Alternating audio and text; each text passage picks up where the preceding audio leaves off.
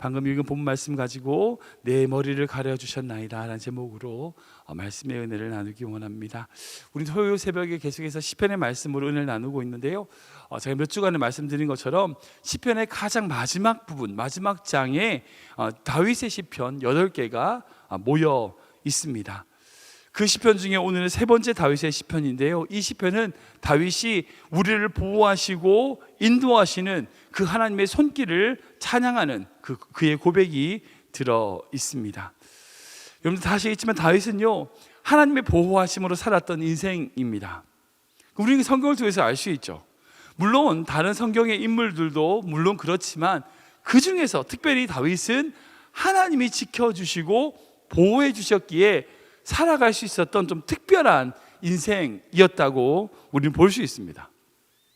별 볼일 없는 집안의 막내로 태어나서 심지어는 집안에서도 인정받지 못했던 그 막내 아들, 기껏해야 목동으로 양들이나 칠 수밖에 없었던 그런 일이 전부였던 그 다윗을 하나님이 보호해 주셔서 골리앗이라고 하는 그 거대한 장수를 이길 수 있었고요, 수많은 전쟁에 나가서 장수로서 정말 위대한 전공을 세울 수 있었던 것도요, 하나님이 지켜주셔서 가능했기 때문입니다. 그리고 사울왕에게 미움을 받아가지고 죽을 위기를, 수많은 죽을 위기를 이겨낼 수 있었던, 그렇게 극복할 수 있었던 것도요, 하나님의 보호하심이 있었기 때문이고, 그리고 그가 왕이 되었을 때에 수많은 업적 그리고 수많은 것들을 이룰 수 있었던 것 또한 하나님이 지켜주셨기에, 하나님이 그와 함께 하셨기에 가능했기 때문이라는 거예요. 그 중에 오늘의 시편은 바로 다윗이 하나님이 그렇게 자신을 지키시고 보존하셨다라고 하는 특별한 고백이 있다는 거죠. 그 중에서 우리 7절 말씀을 먼저 읽어볼까요? 같이 읽어보겠습니다. 7절 말씀입니다. 시작. 내 구원의 능력이신 주 여호와여, 전쟁의 날에 주께서 내 머리를 가려주셨나이다. 아멘. 이 고백은요, 마치 다윗의 실제 경험인 것 같습니다.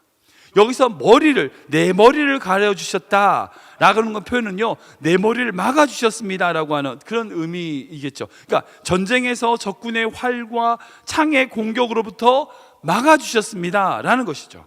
여러분 보통 이제 영화라든지 그런 걸 보면 이제 장수가 있으면, 장수들이 지휘하면 그 주변에 이제 방패를 들고 있는 수하들이 쫙 보호해 주잖아요, 그 장수를. 왜냐하면 장수 하나가 죽어버리면 전쟁이 져버리니까 어쨌든 그 장수를 보호하기 위해서 장수가 딱 어떤 전차 같은 데 딱 서 있으면 그 주변에 막 방패를 들고 있는 군사들이 딱 그를 보호해주고, 혹시라도 멀리서 뭐 어떤 공격이 올까 싶어서 막아주는 그런 것들을 볼 수 있잖아요. 아무튼 근데 다윗은 지금 자신을 둘러싸고 있는 그 병사들의 방패를 뭐라고 고백하느냐, 바로 하나님의 보호하심이다라고 고백하는 거예요.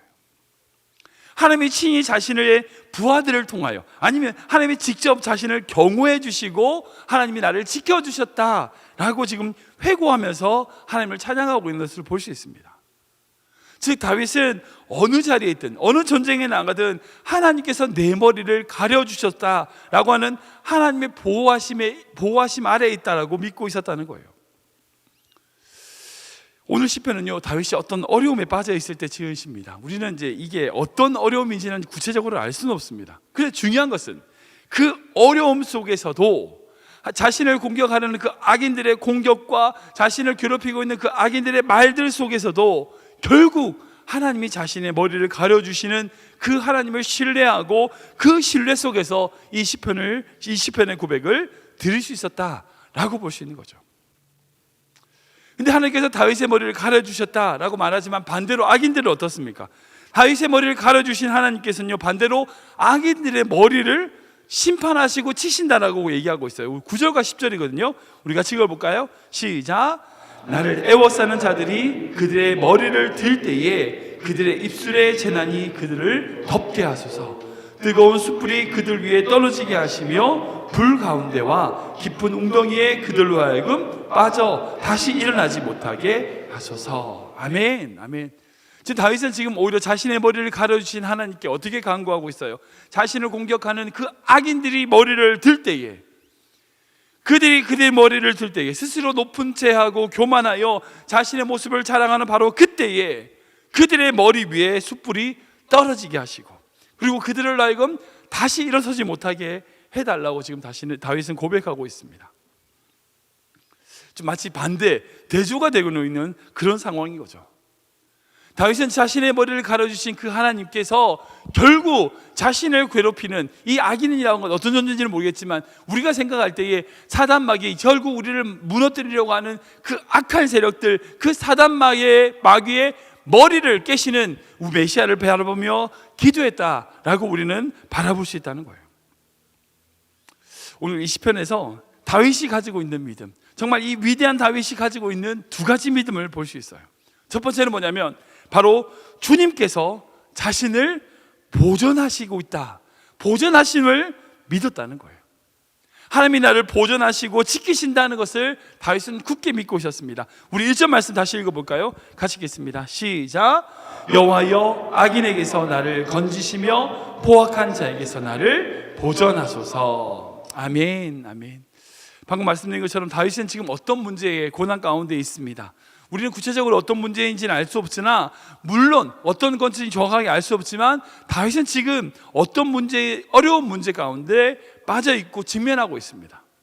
근데 그 문제의 핵심은 바로 자신을 넘어뜨리려고 하는 악인들이 존재한다는 거예요. 근데 그 악인들이 어떻게 이야기하는지 그 모습이 마치 사단과 같다라고 얘기하고 있습니다. 우리 3절 말씀 읽어볼까요? 같이 읽겠습니다. 시작. 뱀같이 그 혀를 날카롭게 하니 그 입술 아래에는 독사의 독이 있나이다. 셀라. 아멘. 이 말씀 보면 어떤 공격인지를 우리가 추정할 수 있어요. 혀, 입술, 즉 자신을 저주하고 있는 그런 말들이 존재한다는 거죠. 근데 여기서 주목하셔야 될 게 뭐냐면 그 악인들이 자신을 공격하는 혀, 입술, 독에 독이 있다라고 하는 그 이야기를 한 이후에 다윗은 뭐라고 고백하냐? 바로 셀라라고 찬양하고 있습니다. 시편에서 셀라라는 단어가 심심치 않게 나타나죠. 제가 한번 이 자리에도 말씀드렸던 것 같은데, 이 셀라는 어떤 때 쓰이느냐면 마치 악보에서 쉼표와 같습니다. 그러니까 잠깐 멈춤이라는 게 바로 셀라입니다. 그러니까 노래를 부르다가 쉼표나 무음이 있어가지고 이제 그거 있는 거와 똑같은 거니까 노래 부르다가 멈추는 거죠. 지금 이 시편의 구절을 보면요, 자신을 괴롭히고 고통을 주는 사람들을 언급한 이후에 쉼표, 잠깐 멈춰서 그 상황에서 벗어나 뒤에 뭐라고 고백하고 있는가? 바로 그런 악인들이 있지만 쉼표, 멈춰서 그들을 생각하는 것이 아니라 자신을 보호하시고 인도하시는 하나님을 바라보고 나아가는 것을 볼 수 있어요. 우리 그 뒤에 이어지는 4절 말씀 읽어보시겠습니까? 같이 읽겠습니다. 시작.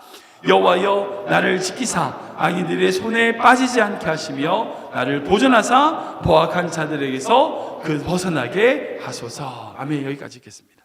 예, 이렇게 고백하고 있어요. 그러니까 자신이 처해 있는 상황에 대하여 하나님께 고백하고 나아가지만 그렇게 힘든 상황과 자신을 괴롭히고 죽이려고 하는 그런 사람들을 묵상하는 것이 아니라, 그런 사람들을 바라본 것이 아니라 그 상황을 멈춰서, 그 상황을 멈추고 쉬면서 다시금 하나님의 보호하심을 믿고 그 하나님의 인도하심을 바라보는 것으로 나아가는 것을 우리는 시편을 통해서 볼 수 있어요. 근데 이게 여기만 있는 게 아니라 시편의 곳곳에 이런 구조가 나타납니다. 우리 시편 3편 말씀 볼까요? 1절부터 3절까지인데 읽어보겠습니다. 시작. 여호와여, 나의 대적이 어찌 그리 많은지요. 일어나 나를 치는 자가 많으니이다. 많은 사람이 나를 대적하여 말하기를 그는 하나님께 구원을 받지 못한다 하나이다. 셀라. 여호와여, 주는 나의 방패시요 나의 영광이시요 나의 머리를 드시는 자인이다. 아멘. 이 부분 말씀도 마찬가지예요. 동일하게 구성되어 있습니다. 여기도 셀라라고 하는 후렴구가 등장하는데 바로 자신을 조롱하고 자신을 괴롭히는 자가 엄청 많다라고 이야기한 다음에, 그리고 그들이 나에게 뭐라고 얘기해요? 너는 하나님께 구원받지 못한다 라고 하는 그런 말들이 막연하는 것이 그런 상황을 얘기하고 있다가 셀라, 멈추고 그런 생각들을 멈추고 오히려 어떻게 고백합니까? 주는 나의 방패이시오 나의 영광이시오. 여기서는 나의 머리를 드신다고 표현하잖아요. 나의 머리를 가리신다는 표현과 동일하게 나의 머리를 드시는 자인이다 라고 고백하는 것으로 나가는 것을 볼 수 있어요. 여러분, 이게 다윗의 믿음입니다. 어떤 고난이 찾아온다 할지라도요, 그 고난을 멈춰야 됩니다. 그 고난에 대하여 묵상하는 것을 멈춰야 됩니다. 우리에게 고통을 주는 여러 사람들의 악인들의 말이 있습니다. 그런 말들을 묵상하지 마세요. 그런 말들에 대하여 여러분들 생각을 멈추십시오. 그 생각을 멈추고 어디로 돌아서야 되는가? 나의 영혼이 되시며 나의 반포해가 되시고 나의 영광이 되신, 그리고 나를 보존하시며 나를 지키시는 그 하나님께 우리의 시각과 초점을 바꿔놔야 된다는 겁니다. 이게 다윗의 믿음이었습니다. 어떤 문제와 상황이 있다 할지라도 그 속에서 그 문제에 빠져 헤매는 것이 아니라 그 생각과 그 모든 것을 멈춰서 하나님께 우리의 눈을 돌리는 그런 귀한 성도님 되시길 주님을 축원합니다. 두 번째로 다윗은 이 시편에서 어떻게 믿음을 가지고 있는가? 바로 주님께 감사하며 함께 살 것을 믿고 있다는 거예요. 주님과 함께 영원히 살 것을 믿고 있다는 겁니다. 우리 13절 말씀 볼까요? 같이 읽겠습니다. 시작. 진실로 악인들이 주의 이름에 감사하며 정직한 자들이 주 앞에서 살리이다. 아멘, 아멘. 우리가 아까 불렀던 나 같은 죄인 살리신이라고 하는 찬송가를 지으신 존 뉴턴이라는 목사님, 여러분들 다 아시는 이야기죠. 원래 그의 직업이 뭐였습니까? 아프리카에서 노예를 잡아다가 백인들에게 파는 노예 상인이었어요. 얼마나 악한 짓을 많이 하면 할수록 돈을 버는 그런 직업이었어요. 근데 그가 하나님의 은혜로 말미암아 거듭나서 이 나 같은 죄인을 살리신 주에는 놀라워라는 가사를 만들고 부흥회를 인도하고 많은 사람을 구원하는 목회자로 살게 되었습니다. 그의 말년에 어떤 성도가 존 뉴턴 목사님에게 찾아가서 물었다고 합니다. 목사님이 제일 바라는 게 무엇이요? 라고 물었다고 해요. 그때 그 목사님께서 이 찬송가의 4절의 가사처럼 자기는 다른 거 바라는 거 없다고, 주님과 함께 영원히 사는 게 내 인생의 소원이다. 내가 가장 바라는 것은 다른 어떤 것이 아니라 주님과 함께 사는 것입니다라고 이야기했다고 합니다. 여러분들 소원이 무엇입니까? 우리가 많은 걸 가지고 있죠. 많은 게 필요하죠. 돈도 필요하고 차도 필요하고 필요한 게 참 많습니다. 그런 것도 말고 여러분들 영혼에 절실하게 원하는 것이 무엇입니까? 무엇을 받기를 원하십니까? 그때 여러분들이 주님께 드려야 될 대답은 뭔지 아세요? 저는 주님과 함께 영원히 거하는 것입니다 라고 고백하는 거예요. 다른 어떤 것보다 내가 주님과 함께 있는 것입니다 라고 고백하는 겁니다. 주님과 함께 사는 것입니다 라고 고백하는 것입니다. 이것이 우리의 믿음이 되어야 됩니다. 다윗은 지금 어떤 고난과 환난 가운데 있음에도 불구하고 그가 그 입술로 고백하는 것은 뭐예요? 진실로 하나님, 내가 정말 하나님의 은혜 가운데, 하나님의 인도하신 가운데 의인으로 살아가게 된다면, 정직하게 나아가게 된다면 주님과 함께, 주님께 감사하면서 주님과 함께 영원히 살 것입니다 라고 고백하고 있어요. 여러분들 시편 23편에도 똑같이 다윗이 이렇게 고백하죠. 같이 읽겠습니다. 23편인데 말씀인데요, 같이 읽겠습니다. 시작. 내 평생의 선하심과 인자하심이 반드시 나를 따르리니 내가 여호와의 집에 영원히 살리로다. 아멘. 이게 다윗의 믿음이었습니다. 자신이 힘들고 어려운 길을 간다 할지라도 하나님의 인자하심과 선하심이 나를 따라오실 텐데, 그러므로 말미암아 어떻게 된다고요? 내가 아버지 집에, 내가 여호와의 집에 영원히 살 것입니다. 사랑하는 여러분, 우리에게 이 기도가 있어야 될 줄 믿습니다. 문제가 있으십니까? 그 문제를 묵상하는 것이 아니라 하나님과 함께 거하는 것을 믿음으로 바라보시기 바랍니다. 내가 다른 어떤 것이 아니라 주님과 함께 사는 것입니다라고 고백하시기 바랍니다. 이것이 우리의 기도가 되고 우리가 찬양이 될 줄 믿습니다. 말씀을 정리하겠습니다. 오늘 시편은 다윗이 고난 가운데 드렸던 찬양입니다. 우리는 구체적으로 어떤 고난인지는 알 수 없으나 그를 괴롭히는 어떤 존재, 어떤 사람이 있었던 건 확실한 것 같습니다. 우리가 이 세상 살아가게 되면 우리에게 나쁜 말을 하고 우리를 괴롭히는 사람들을 만나게 되죠. 마치 그 뒤에 뭐 어떤 존재가 있는 것처럼 우리의 그 상황을 더 험담하고 말을 꼬우는 그런 사람들을 우리는 만나게 됩니다. 그때 우리는 어떻게 해야 됩니까? 그런 고난을 만나게 되면 어떻게 해야 됩니까? 그 고난을, 그 사람들이 말을 묵상하지 마십시오. 멈춰서, 그런 생각들을 멈춰서 하나님께 우리의 시선을 돌려야 됩니다. 그리고 나는 그런 사람들과 같이 사는 것이 아니라 영원히 살아가야 될 아버지의 집을 바라보며 주님과 함께 영원히 살겠습니다라고 고백할 수 있는, 그렇게 믿음으로 나아갈 수 있는 성도 되시길 주님을 축원합니다. 점점 이 세상이 어두워집니다. 더 악해져만 갑니다. 뭐 문화적으로는 민주주의가 되어가지고 사람들이 자유롭게 다닐 수 있다고 하지만 점점 더 사람들이 몸으로는 겉으로는 다닐 수 있는 것 같지만 물질에 사로잡히고 관계에 사로잡히고 어떤 잘못된 사상에 사로잡혀 점점 옥죄어져 가는 것이 바로 지금의 세상인 것 같습니다. 이런 세상 속에서 다른 어떤 존재와 다른 어떤 것과 사는 것이 아니라 내가 주님과 함께 살겠습니다라고 고백하는 귀한 성령 되시길 주님의 이름으로 축원합니다.